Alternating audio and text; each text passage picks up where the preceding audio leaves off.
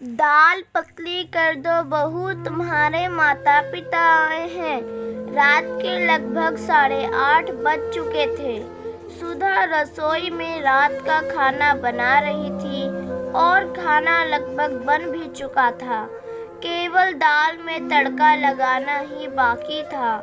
वैसे भी आज उसने हल्के फुल्के दाल चावल ही बनाए थे। दोपहर में कुछ मेहमान आए थे, इसीलिए पनीर और छोले दोनों की सब्जी बना दी थी। तो रात में हल्का फुल्का ही ठीक रहता है।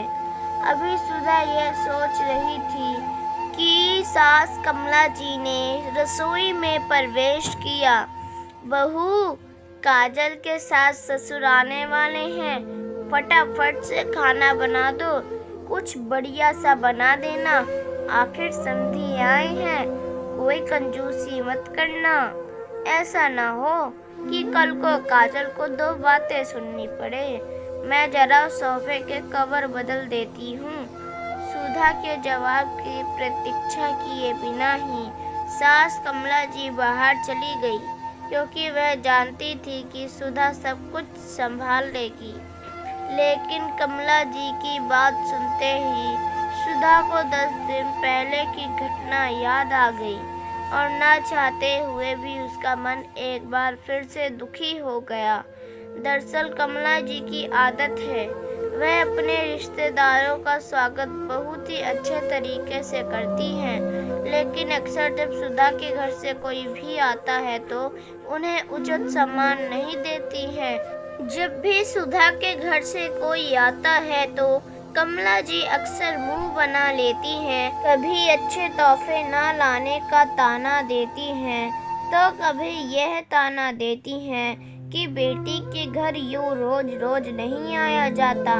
कभी बची हुई मिठाई उनके आगे रख देती हैं, तो कभी कोई और ऐसी बात जो सुधा को दुखी कर देती है। लेकिन पिछली बार तो हद ही हो गई, जब सुधा के माता पिता अचानक बिना किसी पूर्व सूचना के आ गए, तो कमला जी ने दोबारा खाना न बनवाकर दाल को पानी डालकर पतला करने का आदेश दे दिया और दोपहर की पड़ी हुई सब्जियों में छौंक लगाकर गरम करने को कह दिया। और रायते में तो वह खुद ही पानी डालकर चली गई। केवल खाने पीने में ही नहीं, अक्सर वह अपनी बातों से यह बता देती हैं कि सुधा के परिवार में किसी का भी यहाँ आना उन्हें पसंद नहीं है। वहीं दूसरी तरफ अगर उनकी बेटी के ससुराल से कोई आता है तो 36 तरीके के व्यंजन बनाए जाते हैं, उन्हें पूरा सम्मान दिया जाता है। आज भी जब उन्हें पता चला कि उनकी बेटी के सास ससुर आने वाले हैं तो उन्होंने सुधा को बढ़िया खाना बनाने का हुक्म दे डाला। हालांकि बाकी हर तरीकों से कमला जी का व्यवहार सुधा के प्रति बहुत अच्छा रहता है, लेकिन ना जाने क्यों जब भी बात सुधा के परिवार की आती है तो उनका व्यवहार बदल जाता है। बस यही सब सोचकर आज सुधा की आंख भर आई। कहते हैं कि किसी के सब्र का इम्तिहान नहीं लेना चाहिए, लेकिन शायद कमला जी यह बात समझ नहीं पा रही थी, इसीलिए बार बार सुधा के मायके वालों को अपमानित करके वह सुधा को दुखी कर रही थी। लेकिन आज न जाने कहां से सुधा में भी हिम्मत आ गई। अपने आंसू पोंछकर वह हाल में आ गई और सोफे के कवर बदलती हुई कमला जी से बोली, मम्मी जी, दीदी के सास ससुर कब तक आएंगे? क्योंकि खाना तो लगभग बन ही चुका है। अरे अभी तो तुझे बोल कर आई हूँ, इतना जल्दी खाना कैसे बन गया?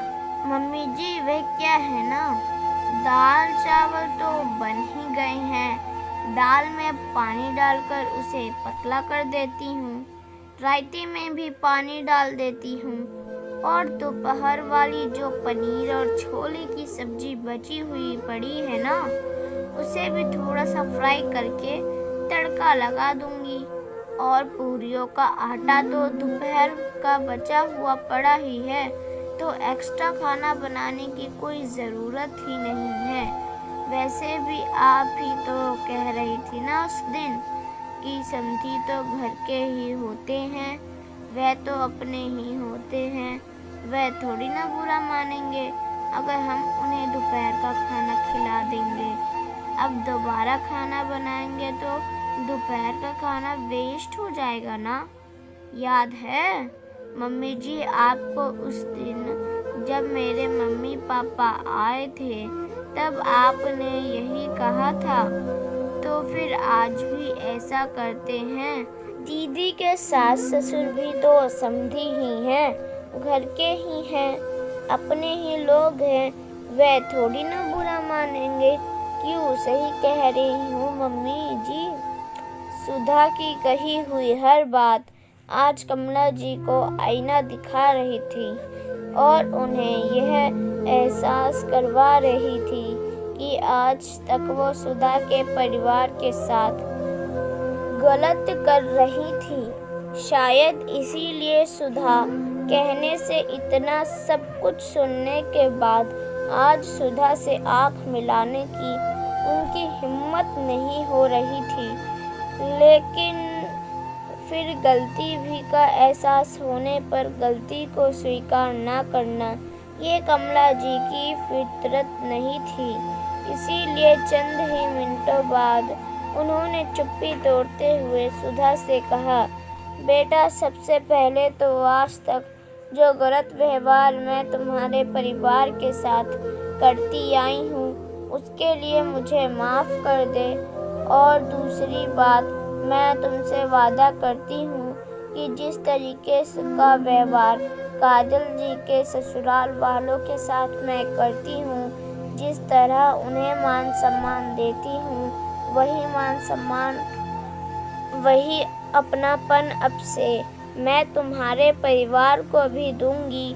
देर से ही सही, लेकिन मुझ पर गुस्सा कर मुझे दो बातें सुनाकर सही राह दिखाने के लिए थैंक यू बेटा। दोस्तों, अक्सर ये देखा जाता है कि लड़के वालों का व्यवहार लड़की वालों के प्रति अच्छा नहीं होता है, उन्हें उचित मान सम्मान नहीं दिया जाता है।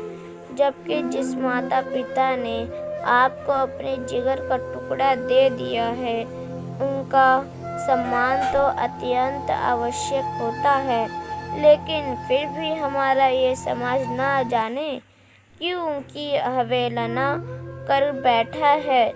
इस विषय पर आपके क्या विचार हैं दोस्तों? उम्मीद करती हूँ कि यह कहानी आपको बेहद पसंद आई होगी। अगर आपको ये पसंद आई हो तो कृपया लाइक और सब्सक्राइब करना ना भूलें। धन्यवाद। और इस कहानी पर अपनी राय देते हुए कमेंट ज़रूर करना।